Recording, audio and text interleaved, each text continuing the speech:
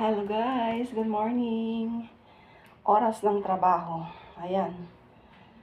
Napakainit. Mama! Hoy!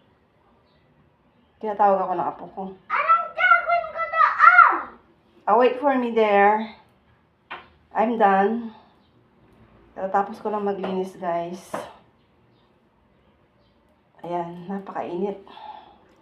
Pinapawisan ng inyong lola.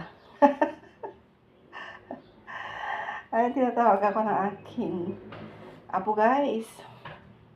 Ayan.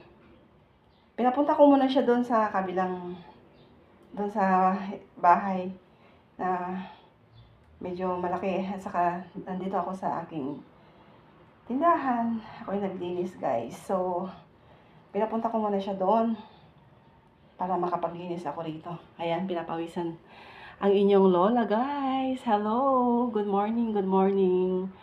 Bye-bye.